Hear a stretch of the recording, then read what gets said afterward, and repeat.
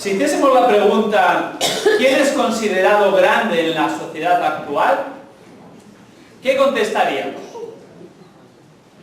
Bueno, tal vez si buscas en un diccionario la palabra grandeza, encontrarás que actualmente se define como la cualidad de la persona que es grande en importancia.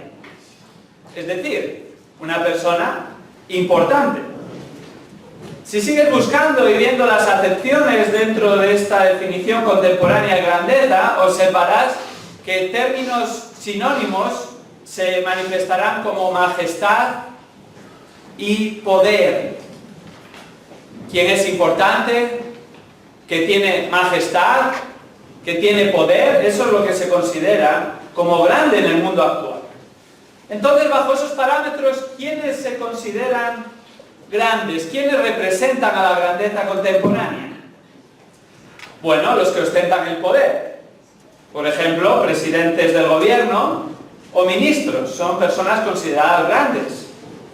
Los que controlan la economía, consejeros delegados de los bancos, personas que representan grandeza en nuestra sociedad actual. O los que tienen más dinero que otros. O los que son mejores en ciertas disciplinas. O los que obtienen reconocimiento por sus logros deportivos. O los que triunfan en el mundo del espectáculo. En pocas palabras, la grandeza actualmente se reconoce a los que sobresalen por encima de los demás. Ahora, ya que el corazón del hombre en general no ha cambiado, sigue pensando en los mismos términos de grandeza, y esto no es algo nuevo hoy en día. Es algo que está enraizado en el hombre. Ha sido la tónica general en tiempos pasados, y también lo era en los tiempos de Jesús. De hecho, los mismos discípulos pensaban así. Incluso nosotros podemos pensar así. En esta mañana vamos a observar cómo los discípulos de Jesús pensaban equivocadamente que la grandeza verdadera consistía en sobresalir por encima del resto. Y que Jesús les tiene que enseñar cuál es la grandeza real según Dios. Abramos nuestra Biblia en Marcos capítulo 10. Vamos a leer los versículos 35 al 45, donde vamos a observar la grandeza del siervo. La grandeza del siervo. Fijémonos lo que dice Marcos 10:35. Y se le acercaron Jacobo y Juan, los dos hijos de Zebedeo, diciéndole: Maestro, queremos que hagas por nosotros lo que te pidamos. Y él les dijo: ¿qué queréis que haga por vosotros? Ellos le dijeron: concédenos que en tu gloria nos sentemos uno a tu derecha y el otro a tu izquierda. Pero Jesús les dijo: no sabéis lo que pedís. ¿Podéis beber la copa que yo bebo? ¿O ser bautizados con el bautismo con el que soy bautizado? Y ellos le dijeron: podemos. Y Jesús les dijo: la copa que yo bebo beberéis, y seréis bautizados con el bautismo con que yo soy bautizado. Pero que os sentéis a mi derecha o a mi izquierda, no es mío el concederlo, sino que es para quienes ha sido preparado. Al oír esto, los 10 comenzaron a indignarse contra Jacobo y Juan. Y llamándolos junto a sí, Jesús les dijo: sabéis que los que son reconocidos como gobernantes de los gentiles se enseñorean de ellos, y que sus grandes ejercen autoridad sobre ellos. Pero entre vosotros no es así, sino que cualquiera de vosotros que desee llegar a ser grande será vuestro servidor. Y cualquiera de vosotros que desee ser el primero será siervo de todos, porque ni aun el Hijo del Hombre vino para ser servido, sino para servir y para dar su vida en rescate por muchos. En estos versículos encontramos la grandeza del siervo, y concretamente observamos en los versículos 35 al 41 la pequeñez de la exaltación de uno mismo. La pequeñez de la exaltación de uno mismo. Y en los versículos 42 al 45 vemos la grandeza del servicio a los demás. La grandeza del servicio a los demás. En esta mañana vamos a centrarnos en los versículos 35 al 41 y vamos a profundizar en la pequeñez de la exaltación de uno mismo.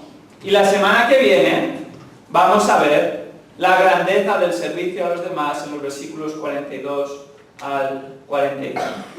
Entonces, lo primero que nos encontramos en estos versículos que nos hablan sobre la grandeza del siervo es la pequeñez de la exaltación de uno mismo. Versículos 35 al 41. Me gustaría que los volvamos a leer para estar bien empapados del texto en cuestión, para que sea este el que esté en nuestras mentes y posteriormente podamos ver lo que dice. Fijémonos, el versículo 35 dice: y se le acercaron Jacobo y Juan, los dos hijos de Zebedeo, diciéndole: Maestro, queremos que hagas por nosotros lo que te pidamos. Y él les dijo: ¿qué queréis que haga por vosotros? Ellos le dijeron: concédenos que en tu gloria nos sentemos, uno a tu derecha y el otro a tu izquierda. Pero Jesús les dijo: no sabéis lo que pedís. ¿Podéis beber la copa que yo bebo, o ser bautizados con el bautismo con que yo soy bautizado? Y ellos le dijeron: podemos. Y Jesús les dijo: la copa que yo bebo beberéis, y seréis bautizados con el bautismo con que yo soy bautizado.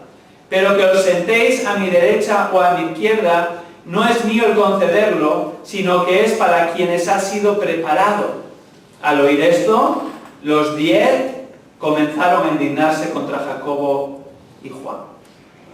En estos versículos, dentro del contexto de los versículos 35 al 45 que hablan de la grandeza del siervo, observamos concretamente la pequeñez de la exaltación de uno mismo. Y esto sucede en la interacción entre Jesús y Jacobo y Juan, que gobierna la temática de los versículos 35 al 41. Y esta interacción comienza con el ruego de Jacobo y Juan. El ruego de Jacobo y Juan en los versículos 35 al 37. Fijémonos, primera parte del versículo 35, observamos que a Jesús se le acercan Jacobo y Juan. Dice el versículo 35: y se le acercaron Jacobo y Juan, los dos hijos de Zebedeo. Recordemos que Jesús, sus discípulos y un grupo de seguidores estaban de camino a Jerusalén. Lo observamos en los versículos anteriores. El versículo 32 nos dice: e iban por el camino subiendo a Jerusalén. Jesús delante, algo inusual, el resto detrás, perplejos y temerosos. Todos intuían que la dirección en la que iban no era la mejor, ya que de Jerusalén Jesús tuvo que salir a Efraín, ya que estaba en busca y captura por los sacerdotes y escribas, como Juan 11, 45 al 57 nos relata. Por si quedara alguna duda, Jesús toma parte de sus discípulos y les predice por tercera vez su muerte y resurrección. Y en esta ocasión les da más detalles que en las ocasiones precedentes en las que le había predicho su muerte y resurrección. Por medio de 8 verbos futuros les describe gráficamente lo que le iba a suceder de acuerdo al plan de Dios. Así, en este contexto, todavía de camino a Jerusalén, es que se le acercan, versículo 35, Jacobo y Juan a Jesús. Ahora vamos a entender quiénes eran Jacobo y Juan dentro de los discípulos. Jacobo y Juan formaban parte del círculo más íntimo de Jesús, junto con Pedro. Eran los únicos con Pedro que habían estado presentes en la resurrección de la hija de Jairo. Los únicos junto con Pedro que Jesús permitió que entrasen a la casa. Lo observamos en Marcos 5:37. Jacobo y Juan, junto con Pedro, habían sido los únicos que Jesús había llevado consigo al monte conocido como de la Transfiguración, donde allí Dios Padre había manifestado la gloria del Hijo. Observamos esto en Marcos 9:2. Y no serían los únicos acontecimientos en los que tuvieron primera fila, en los que formaban parte del círculo íntimo de Jesús junto con Pedro, sino que más adelante, Marcos 14:33, estaban con Jesús solo estos tres, Jacobo, Juan, más Pedro, durante la oración agonizante de Jesús en el jardín de Getsemaní. Eran parte del círculo íntimo de Jesús. El texto nos dice además que eran dos hijos de Zebedeo. Lo primero que nos dice, la conclusión lógica, es que eran hermanos. Y estos hermanos habían sido de los primeros discípulos llamados a seguir a Jesús. Lo vemos en el primer capítulo de Marcos, versículos 16 al 20, habían sido llamados a seguir a Jesús justo después de que Jesús había llamado a otro par de hermanos, Pedro y Andrés. Ahora estos hermanos, estos hijos de Zebedeo, eran conocidos por su padre. Su padre tenía un negocio significativo de pesca en Galilea, pudiendo incluso llegar a tener conexiones con el sumo sacerdote de Jerusalén, algo que observamos en Juan 18:15.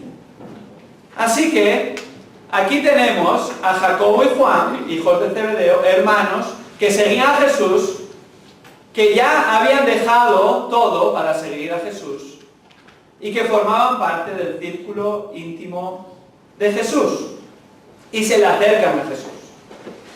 Ahora es incluso más interesante observar que no se le acercan solos. Vayamos a Mateo 20 por un momento, en el pasaje paralelo, donde observamos que se acercan con alguien a Jesús, algo que Marcos no incluye en su relato. Marcos 20, Mateo 20, muy bien, estáis atentos. Mateo 20, versículo 20, dice: entonces se le acercó la madre de los hijos de Zebedeo con sus hijos, postrándose ante él y pidiéndole algo. No se acercan solo ellos, sino que la madre, para que no quede duda de quién, de los hijos de Zebedeo, es decir, los mismos que encontramos en Marcos, Jacobo y Juan, se acerca con ellos. Hay mucho consenso en que su madre era la hermana de María y por lo tanto la tía de Jesús, Salomé. Y así juntos le dicen algo a Jesús. De hecho tienen un ruego porque se postran delante de él. Fijémonos, volvamos a nuestro pasaje de Marcos 10:35. ¿Cuál era este ruego? El ruego de Juan y Jacobo. Maestro, queremos que hagas por nosotros lo que te pidamos. No olvidemos, su madre con ellos pidiendo también esto. Queremos que hagas por nosotros lo que te pidamos. Ahora pongámonos en esa situación. Jesús acaba de anunciar su muerte por tercera vez. E inmediatamente a continuación, todavía en el mismo camino, Jacobo y Juan, junto con su madre, están tratando de obtener algo de Jesús antes de que muera.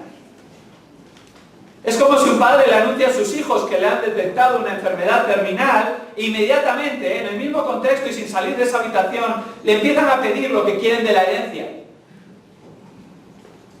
Concretamente, Jacobo y Juan están pidiendo un cheque en blanco. Fijémonos, haz por nosotros lo que te pidamos. Ni siquiera verbalizan su petición. Le están pidiendo que la cumpla antes de decírsela. Es como el hijo que quiere conseguir algo y trata de manipular a sus padres y les dice: mira, te voy a pedir algo, pero me tienes que decir que sí antes de que te lo diga. ¿Vale? ¿Cuántas veces los niños no tratan de negociar de esa manera? En este caso es: tú firma este cheque que yo luego ya pongo la cantidad. No te preocupes. Esa es la actitud con la que se acercan Jacobo y Juan. ¿Qué les contesta Jesús? Versículo 36. Sabiamente les hace una pregunta. ¿Qué queréis que haga por vosotros? Bueno, antes de concederoslo, tengo que saber qué queréis, ¿verdad? Sabia respuesta.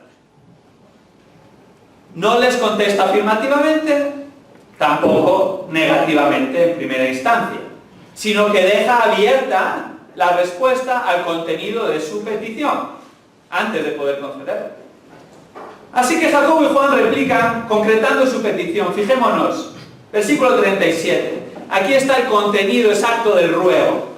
Ellos le dijeron: concédenos que en tu gloria nos sentemos uno a tu derecha y el otro a tu izquierda.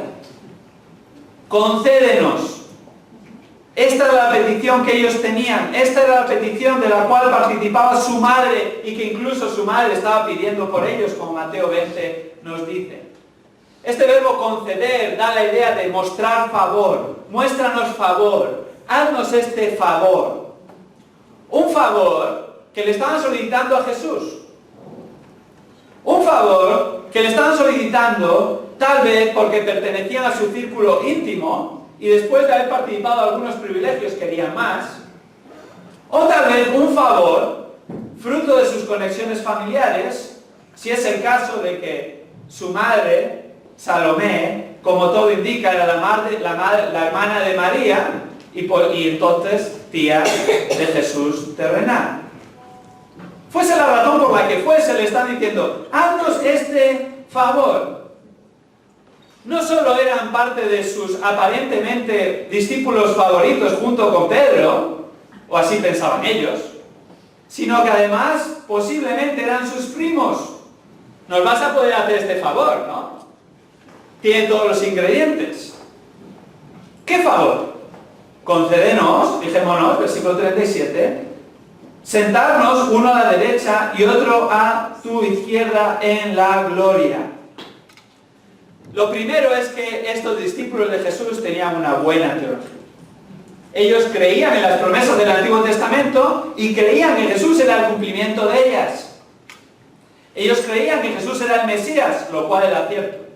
Ellos creían que el Mesías iba a instaurar el reino a Israel, lo cual es cierto, algo que sucederá en el reino milenial que está por venir. Pero esto era lo que a ellos les importaba. No tanto el anuncio de su muerte y resurrección, que pasó casi desapercibido por tercera vez, sino lo que les importaba era que cuando el Mesías instaurara el reino, ellos tuviesen los lugares de privilegio. Solo le faltó decirle a Jesús, mira, o si no, muévete tú y bájate un peldaño y nos sentamos en tu lugar. Bueno, no se atrevieron a tanto, pero a tu derecha y a tu izquierda, sí. Eran los lugares de privilegio en una corte real de aquel tiempo. Estar sentados a la derecha y a la izquierda del monarca eran las posiciones de honor y autoridad. De hecho, eran los lugares de máximo honor y autoridad tras el rey. Eso es lo que estaban pidiendo. Honor, autoridad y poder. Preeminencia por encima de todos los demás, incluidos el resto de los discípulos. Ellos habían visto la gloria de Cristo en la transfiguración. Ellos habían confesado que Jesús era el Mesías, no tenían dudas, y ante el anuncio de su muerte inminente, quieren asegurarse de que son sus lugartenientes en el reino por venir. Sin embargo, el ruego de Jacobo y Juan, aunque con la teología correcta, estaba motivado por motivaciones incorrectas, por egoísmo, por ambición, por deseo de exaltación propia. Estaba sacando a la luz los deseos de su corazón, los deseos de grandeza según los hombres. Pensemos por un momento, acababan de ser, en el capítulo 9, testigos de la gloria de Jesús. Y en lugar de estar consumidos con la gloria de Cristo, estaban consumidos con la gloria de los hombres. Y querían utilizar a Jesús para alcanzar esa gloria, esa preeminencia, ese poder, esa autoexaltación. Ahora, no nos engañemos. El mismo peligro corremos nosotros. El mismo peligro corremos nosotros. Y una de las maneras en las que podemos evaluar dónde está nuestro corazón es preguntándonos, ¿qué le estamos pidiendo a Jesús? ¿Qué le estamos pidiendo a Jesús? Si tú eres seguidor de Cristo como ellos eran, si tú reconoces que Jesús verdaderamente es el Hijo de Dios, el enviado de Dios, como ellos reconocían, si tú realmente has confiado en Cristo como tu Señor y Salvador, entonces eres su Hijo. Y una de las maneras de mostrar dónde está nuestro corazón, dónde están nuestros deseos, es evaluando qué le estamos pidiendo a Cristo. ¿Le estamos pidiendo, creyendo que es el genio de la lámpara maravillosa? ¿Venimos a Él para que nos conceda nuestros deseos? ¿Venimos a Él para que nos haga sentirnos mejor? más realizados, más contentos con nosotros mismos, que nos conceda lo que nosotros creemos que nos merecemos o lo que nos hacen creer en la sociedad que nos merecemos. O más allá aún, ¿por qué se caracteriza nuestra oración? Nuestra oración casi exclusivamente se caracteriza por petición y ruegos centrados en nosotros mismos. Desde luego que parte de la oración es la petición, parte de la oración es el ruego, y parte de esta petición y ruego es pidiendo a nuestro Padre Celestial para aquellas necesidades que tenemos o deseos. No estoy diciendo que nunca podemos pedir al Señor. Él, de hecho, espera que le pidamos como sus hijos. Pero hay otros ámbitos en la oración. ¿Estamos glorificando a Dios en nuestra oración? ¿Estamos intercediendo por otros en nuestra oración? ¿Pidiendo por las necesidades de otros, no por las nuestras propias? ¿Estamos siendo agradecidos, mostrando gratitud en nuestra oración? ¿O nuestra oración es casi una lista interminable de deseos y peticiones que incluso Papá Noel sería complicado que te lo trajese todo en Navidad? Así hacen los niños, ¿verdad? Tú dices a un niño, ¿qué quieres para Navidad? Y probablemente la lista va a tener unas cuantas páginas. Los mayores hacemos lo mismo. Los padres somos conscientes muchas veces que por mucho que escribamos en la lista, no lo vamos a recibir, así que voy a poner una o dos cosas y a ver si por lo menos viene lo que quiero. ¿Estamos haciendo eso con Dios? ¿Con el Señor Jesucristo? En su lugar. Si eres creyente verdadero, si has nacido de nuevo y estás aquí, ¿has visto también la gloria de Cristo? ¿Has visto quién es Él verdaderamente? Y entonces hemos de buscar exaltar a Cristo. Su gloria, no la nuestra. Y pedir de acuerdo a su buena, perfecta y agradable voluntad. De hecho, así Jesús enseña a sus discípulos cuando le preguntan, enséñanos a orar.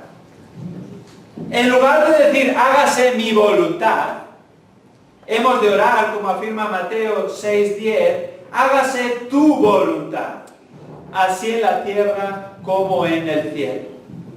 No solo como una frase que añadimos al final, tal vez, si es tu voluntad. No, activamente, hágase tu voluntad. Implícitamente, no la mía, no la mía. Que nuestras peticiones busquen la gloria de Dios, la exaltación de Cristo, no nuestra propia gloria, no nuestra propia exaltación. Porque si no, tal vez no estaremos pidiendo, mira, ponme a mí a la derecha y a esta otra persona a la izquierda. Pero estamos haciendo lo mismo. Estamos buscando nuestros deseos, nuestra exaltación, nuestra gratificación, en lugar de la gloria de Dios y la exaltación de Cristo.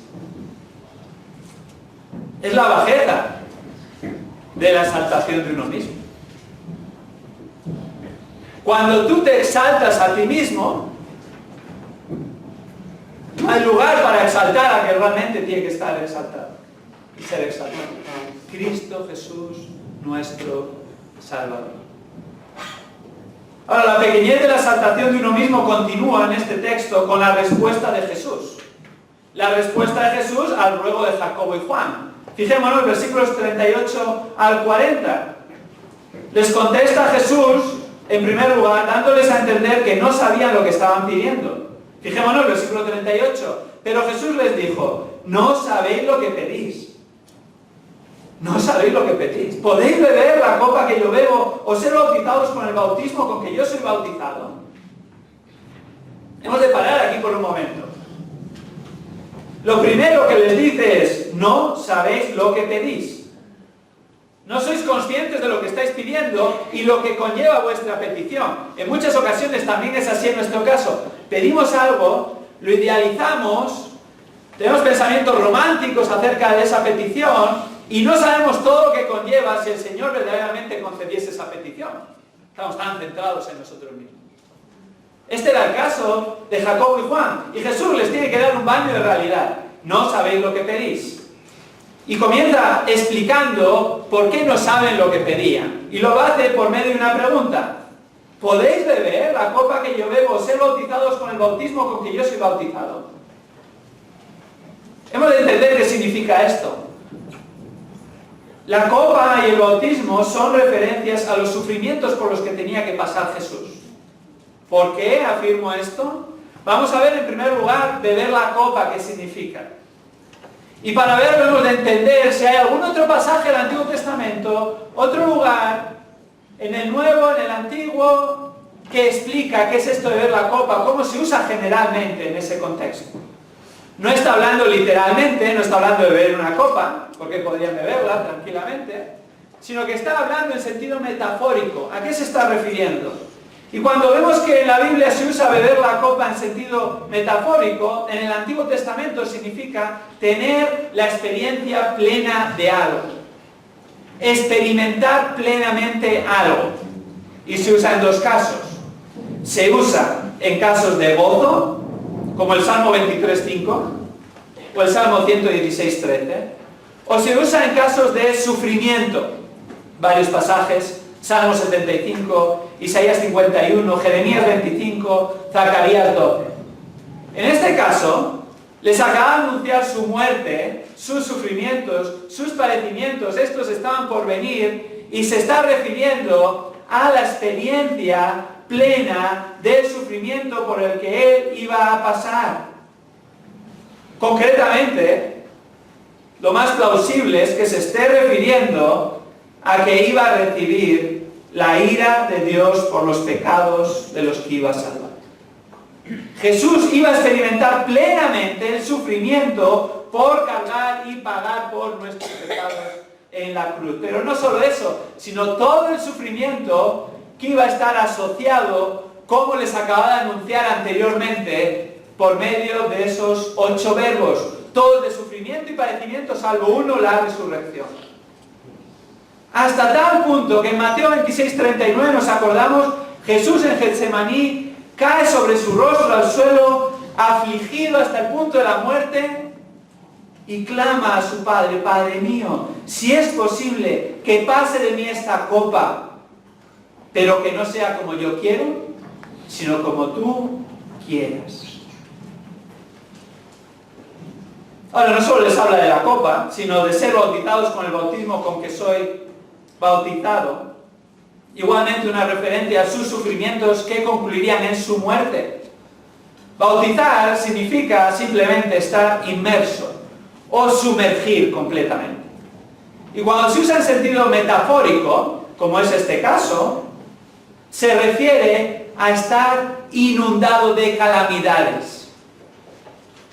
De hecho está en la voz pasiva, es decir, él no era el que se iba a meter en este charco, realmente inundación de calamidades, sino que otro le iba a infligir estas calamidades, Dios Padre, estos sufrimientos. Era parte del plan de Dios, lo hemos visto en semanas precedentes. De hecho Jesús afirma en Lucas 12:50, pero de un bautismo tengo que ser bautizado, y cómo me angustio hasta que se cumpla. Su sufrimiento, finalmente su muerte. Jesús les está hablando de los sufrimientos venideros en Jerusalén de manera metafórica, lo cual les había dicho claramente, sin rodeos, en los versículos 33 y 34. Y les está diciendo esto: no sabéis lo que pedís. El estar en esas posiciones de privilegio que ellos idealizaban conllevaba en primer lugar sufrimiento, padecimiento, que el mismo Señor Jesucristo iba a experimentar. Ahora ellos no captan lo que les dicen. Ellos todavía inconscientes de lo que eso conllevaba, contestan alocadamente a la de primera. Versículo 39, ellos le dijeron: podemos. Esta frase se dijo antes de que existiera un partido político con ese mismo nombre en nuestro país. No tiene nada que ver. Pensaban que podían. ¿Qué hay que hacer? ¿Verdad? Con tal de conseguir lo que quiero, ¿qué hay que hacer? Lo que haya que hacer. Estaban tan obsesionados con esos lugares de privilegio que estaban dispuestos a hacer lo que hiciera falta para estar a la derecha o a la izquierda. O eso ellos pensaban. Porque poco adelante, en el tiempo en el que Jesús es apresado, Mateo 26:56 nos dice que Jacobo y Juan huyeron con el resto de los discípulos dejando solo a Jesús. ¿Realmente podían?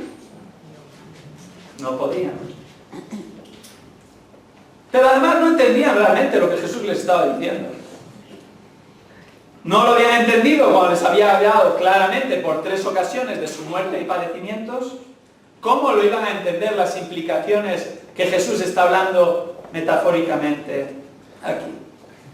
Esta es la cuestión. Su deseo de preeminencia y poder les estaba nublando completamente la realidad, el entendimiento. Ahora, Jesús les va a aclarar todo. En la parte final de su contestación, su respuesta, versículo 39, segunda parte, y versículo 40, Jesús les dijo: la copa que yo bebo beberéis, y seréis bautizados con el bautismo con que yo soy bautizado. Pero que os sentéis a mi derecha o a mi izquierda no es mío concederlo, sino es para quienes ha sido preparado. Bueno, es interesante lo que Jesús les dice. Jesús les contesta: sí, vais a beber la copa y ser bautizados como yo, es decir, vais a padecer por mí. Eso es parte de seguirme. ¿Estáis dispuestos o no? ¿Hubierais pedido estos lugares de privilegio o no? Esto es parte de la descripción de un seguidor de Cristo. Iban a padecer por Cristo. De hecho, Jacobo sería el primero de los mártires de los discípulos. Poco después de la mitad del siglo I encontramos en Hechos 12:2 que fue ejecutado por Herodes Agripa I. Juan parece ser que fue el último de los discípulos que murió por seguir a Cristo, cerca del final del siglo I, durante el reinado del emperador Trajano. Ellos iban a padecer, ellos iban a ser perseguidos, igual que Jesús padeció, igual que Jesús sufrió, incluso ellos iban a morir martirizados por causa del Evangelio, aún ni siquiera lo sabían ni eran conscientes. El precio que iban a pagar por seguir a Jesús, no por estos lugares de privilegio, era parte de ser discípulos verdaderos de Jesús. Pero Jesús entonces les dice la parte tal vez menos agradable, la sorpresa. Mira, sí que vais a padecer, sí que vais a sufrir, pero ni siquiera eso os va a valer para estar a la derecha y a la izquierda.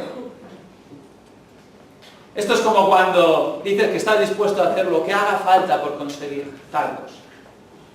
Y lo haces, y te esfuerzas.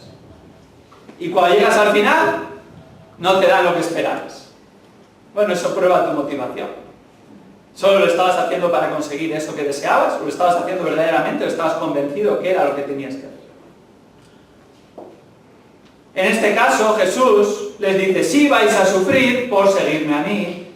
Pero fijaros el versículo 40. No es mío conceder esos lugares de privilegio. No es parte de mis responsabilidades. Que os sentéis a mi derecha o a mi izquierda no es mío el concederlo, sino que es para quienes ha sido preparado. No sería Jesús quien iba a atribuir esos lugares de preeminencia que ellos estaban pidiendo. De hecho, Jesús añade en Mateo 20:23, en el pasaje paralelo, sino que es para quienes ha sido preparado por mi Padre. Dios Padre concede esos lugares de privilegio.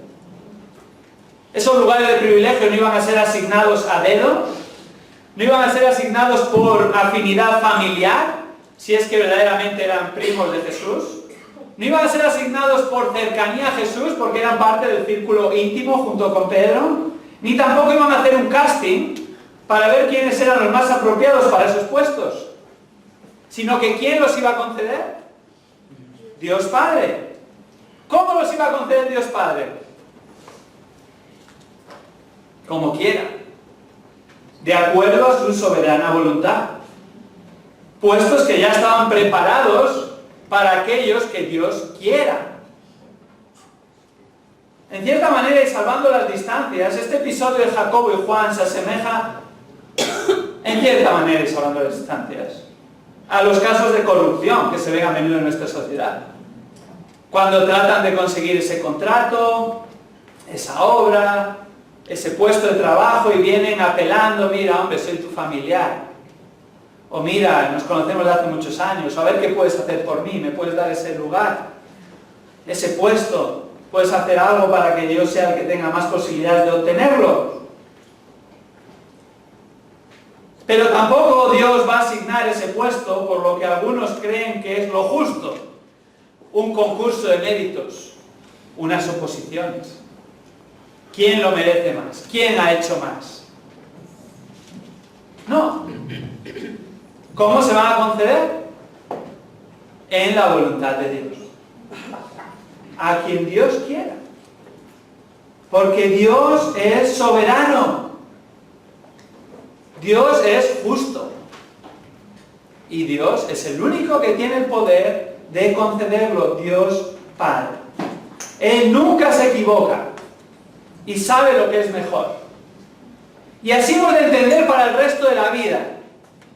Porque Dios es igual de soberano e igual de justo en cualquier circunstancia de nuestra vida. Él conoce nuestras motivaciones. Él conoce nuestros corazones. Él sabe lo que cada uno ha hecho y está haciendo en su vida. Cómo le ha servido cuando nadie nos ve, cuando ni siquiera se nos tiene en cuenta. Él conoce y Él tiene el poder de decisión de quiénes son las personas adecuadas para esos lugares, quienes por cierto han de estar dispuestos a pagar el precio que conlleva esos lugares. En cambio, la pequeñez de la exaltación de uno mismo no tiene en cuenta, como no tenían en cuenta Jacobo y Juan, los sufrimientos que puede conllevar esos lugares de servicio al Señor. Ni tampoco que es Dios quien finalmente decide quién ha de estar en esa posición o no. Es coherente con el resto de la enseñanza bíblica. Dios pone y quita reyes. Daniel 2:21. Dios pone y quita autoridades. No somos nosotros poniendo una papeleta en una urna.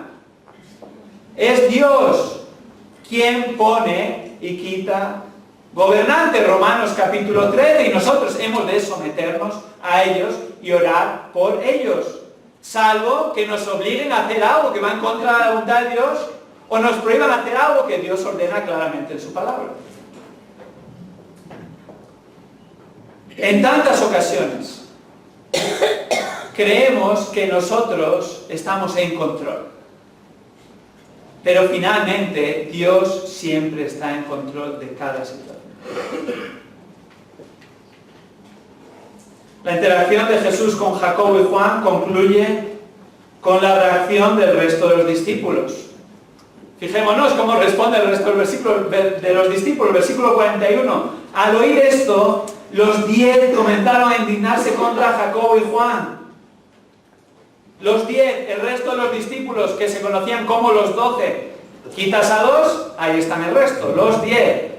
Los 10 oyen de alguna manera la petición de Jacobo y Juan, no estarían alejados, iban de camino a Jerusalén, era parte de este grupo, y cuando lo escuchan, cuando llegan a saber de esta petición, ¿su reacción cuál es? Dice el texto, se indignaron. Indignación. Este verbo connota una respuesta emocional fuerte. Realmente les sentó fatal. Resentimiento, enfado, ira, dolor en lo más profundo de su ser por lo que acababan de oír. Estaban profundamente ofendidos. ¿Con quién? ¿Estaban indignados con Jesús? No. El texto nos dice, estaban indignados contra Jacobo y Juan. Ahora paremos por un momento y consideremos esto. ¿Por qué estaban indignados? Empecemos por lo que no estaban indignados. No estaban indignados porque Jacobo y Juan estaban a solas con Jesús, junto con su madre, aunque ellos estaban ahí alrededor. Porque en otros episodios anteriores, Jacobo, Juan y Pedro habían sido parte del círculo íntimo de Jesús y en ningún momento escuchamos ninguna protesta, ninguna indignación, y de hecho ellos no estaban indignados contra Jesús, el que les había tomado aparte en otras ocasiones. Ni tampoco estaban indignados porque sus compañeros fueran menos espirituales que ellos o porque se les hubiera ocurrido hacer esta petición tan egoísta. ¿Por qué afirmo esto? Porque no es la primera vez que sucede esta discusión. Ellos eran igual de egoístas que Jacobo y Juan. Y fueron sus celos, su deseo propio de autoexaltación que les llevó a estar indignados con estos dos que se le habían adelantado. ¿Recordamos lo que sucedió en Marcos 9? Vayamos por un momento a Marcos 9, 33 al 37. De nuevo, justo después de que Jesús les anunciara sus padecimientos, muerte y resurrección por segunda vez, aquí de camino a Capernaum, en lugar de a Jerusalén, los discípulos van discutiendo sobre algo. Jesús les pregunta, versículo 33, ¿qué discutíais por el camino? ¿Qué contestan? Dieron la callada por respuesta. Guardaron silencio. ¿Por qué? Versículo 34, porque en el camino habían discutido entre sí quién de ellos era el mayor. ¿Quiénes habían discutido? ¿Jacobo y Juan solo? No. Los discípulos. Todos guardaron silencio y todos formaron parte de esta discusión. ¿Quién era el mayor? Y estaban indignados porque Jacobo y Juan, después de haber discutido por el camino a Capernaum, en el camino a Jerusalén, habían metido a su madre y habían acercado y le habían pedido esos lugares de privilegio. Ahora, tampoco sería la última vez. Vayamos a Lucas capítulo 22, para que veamos realmente cuál era el corazón y el meollo de la cuestión del resto de los discípulos, para estar indignados. Lucas 22, estamos ya al final de los días de Jesús. Después de tomar la última cena con ellos. Y vemos en el versículo 23, después de que les anuncia que iba a ser entregado, ellos comienzan a discutir entre sí quién era el que iba a hacer esto. Iba a ser Judas. Pero fijémonos en qué desembocó eso. Versículo 24. Se suscitó también entre ellos un altercado sobre cuál de ellos debería de ser considerado como el mayor. Los discípulos estaban indignados con Jacobo y Juan porque ellos deseaban la misma exaltación, no porque fueran más espirituales que ellos. Y tristemente así es el corazón del hombre. Así es nuestro corazón. Busca exaltarse a sí mismo. Tiende a tratar de estar en la mejor posición posible. Perseguir la autopromoción, estar por encima de otros. Ahora, en cada ocasión que este altercado surge, Jesús les enseña justamente lo contrario.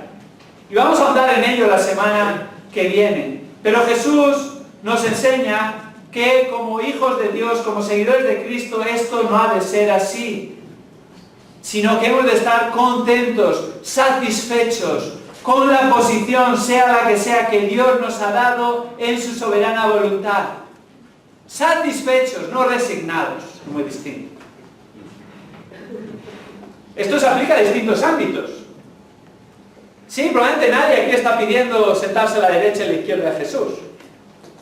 Pero hay otros ámbitos en los que Dios soberanamente establece el rol, la posición, tanto bíblicamente como providencialmente, y nosotros hemos de recibirlo con contentamiento y satisfacción, sabiendo que es parte de la voluntad de Dios, perfecta, porque Él es el que concede estas cosas. Fijémonos en la familia. ¿Estás realmente satisfecho, satisfecha con el rol y la posición que Dios te ha dado en la familia? Si estás casado o casada, ¿estás satisfecho que el Señor te ha dado unas responsabilidades por las cuales rendimos cuentas a Él? Y entendemos lo que conlleva esas responsabilidades, que no es para nuestro propio beneficio, sino es para la gloria de Dios. Los maridos no utilizan que son cabeza de familia para simplemente que se haga su voluntad y siempre lo mejor para uno mismo, aunque esa es nuestra tendencia, sino para buscar, amar y servir a nuestra esposa, a nuestros hijos, buscando que es la voluntad de Dios Eso no significa siempre decir que sí a todo, sino qué es lo que Dios establece en su palabra, y después de eso, en lo que sea posible, dar preferencia a los otros en lugar de a nosotros mismos. ¿Estamos satisfechos con eso? Las esposas, como la palabra enseña en Efesios 5, de estos dos ámbitos, han de estar sometidas al marido de corazón como al Señor, y un sometimiento gozoso, un sometimiento que busca exaltar a Cristo, aun cuando los maridos no merecemos ese sometimiento nunca, aun cuando nunca vamos a llegar lo suficientemente piadosos y vamos a amar a nuestra esposa lo suficiente como para ganarnos ese sometimiento, porque no es acerca de nosotros, es acerca de Cristo. Y Él lo ha establecido así, como tal, nosotros deseamos seguirlo. O en el trabajo. ¿Te estás sometiendo gozosamente a tus superiores? ¿Estás trabajando como para el Señor con excelencia? Independientemente si eres el último de la fila, el peón, el oficial, el encargado, el jefe o el dueño de la empresa, porque Dios te ha puesto en ese lugar. Dios no solo pone y quita reyes, Dios no solo pone y quita gobernantes, Dios no solo asigna quién se va a sentar a su derecha, a la derecha de Cristo y a la izquierda de Cristo en el reino por venir. Dios establece, asigna, pone a cada uno en el lugar que estamos hoy en día. No por ningún mérito nuestro, sino por su gracia. ¿Estamos satisfechos donde el Señor nos ha colocado? ¿Estamos buscando servirle allí donde el Señor nos tiene? ¿Estamos buscando exaltarle, darle gloria y entendemos que eso es lo que está en juego?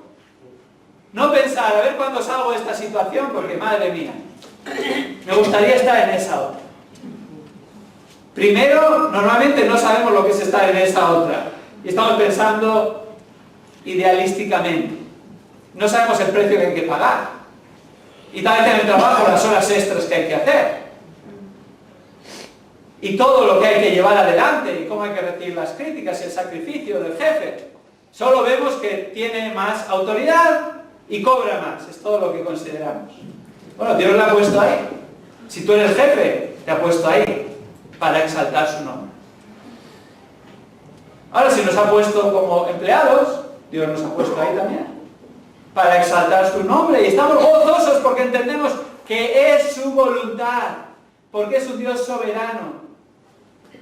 En la iglesia, de acuerdo a lo que el Señor ha dado a cada uno como don, de acuerdo a lo que el Señor está pidiendo a cada uno, de acuerdo a la responsabilidad que cada uno tiene, ¿estamos sirviendo al Señor gozosos?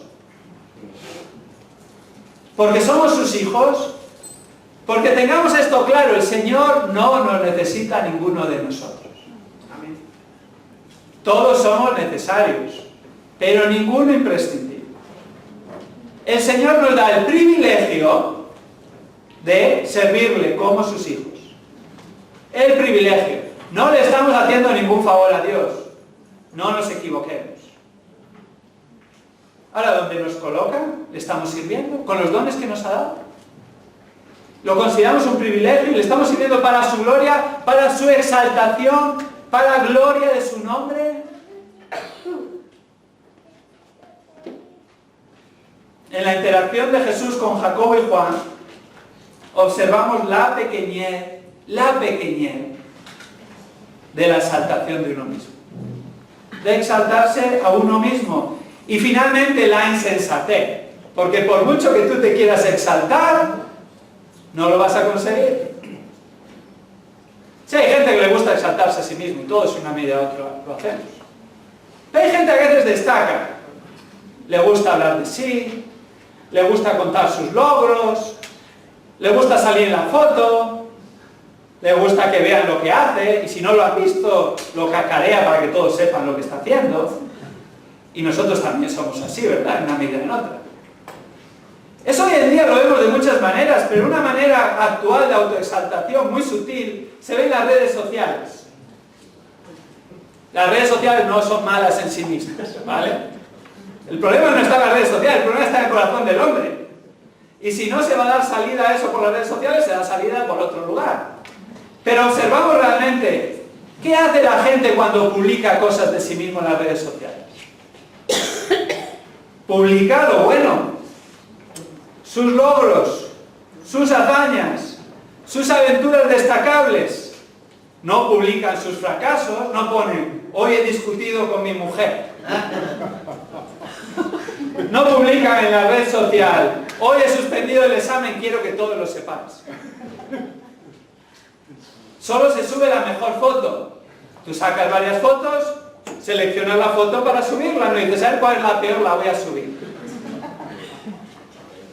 Muchos buscan la aprobación de los hombres, porque así es el corazón del hombre. Y se mide tu exaltación, tu éxito, tu grandeza, dependiendo de cuántos likes tienes. Hay gente que vive para eso. Suben cosas y están pendientes. ¿Cuántos dicen que me gusta y no me gusta? Y como este amigo no diga me gusta, no le voy a poner yo tampoco me gusta nunca más. Lo siguiente le borro. Esa es la muestra del corazón del hombre. Finalmente, ¿qué hay detrás de eso? La autoexaltación. Sin embargo, la Biblia nos enseña acerca de la pequeñez y la insensatez de esto. La insensatez, ¿por qué? Porque solo Dios es el que tiene poder real para exaltar a quien quiere, cuando quiere y como quiere. Solo Él. Y la pequeñez, porque la Biblia afirma en el Salmo 138:6 que el Señor es excelso y atiende al humilde, mas al altivo conoce. La palabra también afirma en Proverbios 29:23, el orgullo del hombre finalmente lo humillará. Tanto Santiago 4:6 como 1 Pedro 5:5 declaran, Dios resiste a los soberbios, pero da gracia a los humildes. Esa es la bajeza de la autoexaltación. Finalmente Dios, que es quien pone a cada uno en su sitio, a esas personas que tratan de autoexaltarse, van a ser humilladas. Si buscas tu propia exaltación, serás humillado, o ahora o en los tiempos por venir. Nuestra meta, ¿cuál ha de ser en su lugar?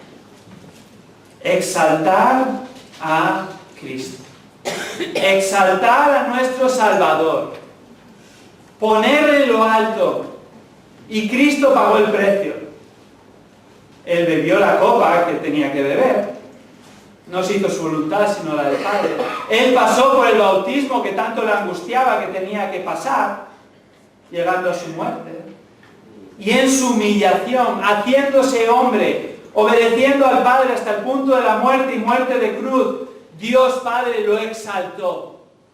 Filipenses 2:9-11 dice, por lo cual, porque fue humillado, porque se sometió al Padre, porque siguió la voluntad del Padre, porque se humilló hasta la muerte y muerte de cruz, por lo cual, por todas estas razones, porque se hizo hombre, Dios Padre también le exaltó hasta lo sumo y le confirió el nombre que es sobre todo nombre, para que al nombre de Jesús se doble toda rodilla de los que están en el cielo y en la tierra y debajo de la tierra, y toda lengua confiese que Jesucristo es Señor, para gloria de Dios Padre. Amén. ¿A quién estás exaltando? ¿Te estás exaltando a ti mismo? ¿O estás exaltando a Cristo? Busquemos exaltar a Cristo, porque Él ya está en el lugar que nadie más va a llegar, y Él ya tiene el nombre que ninguno otro va a tener. Glorioso. Exaltemos a Cristo, no solo con nuestra boca, sino con nuestras vidas, y consideremos el tremendo privilegio e inmerecido galardón, incomparable grandeza de ser sus siervos, independientemente de la posición o el lugar en el que Él nos permite servirle en esta vida. Hagámoslo todo para la exaltación de Cristo, para la gloria de Dios. Amén. Vamos a ver.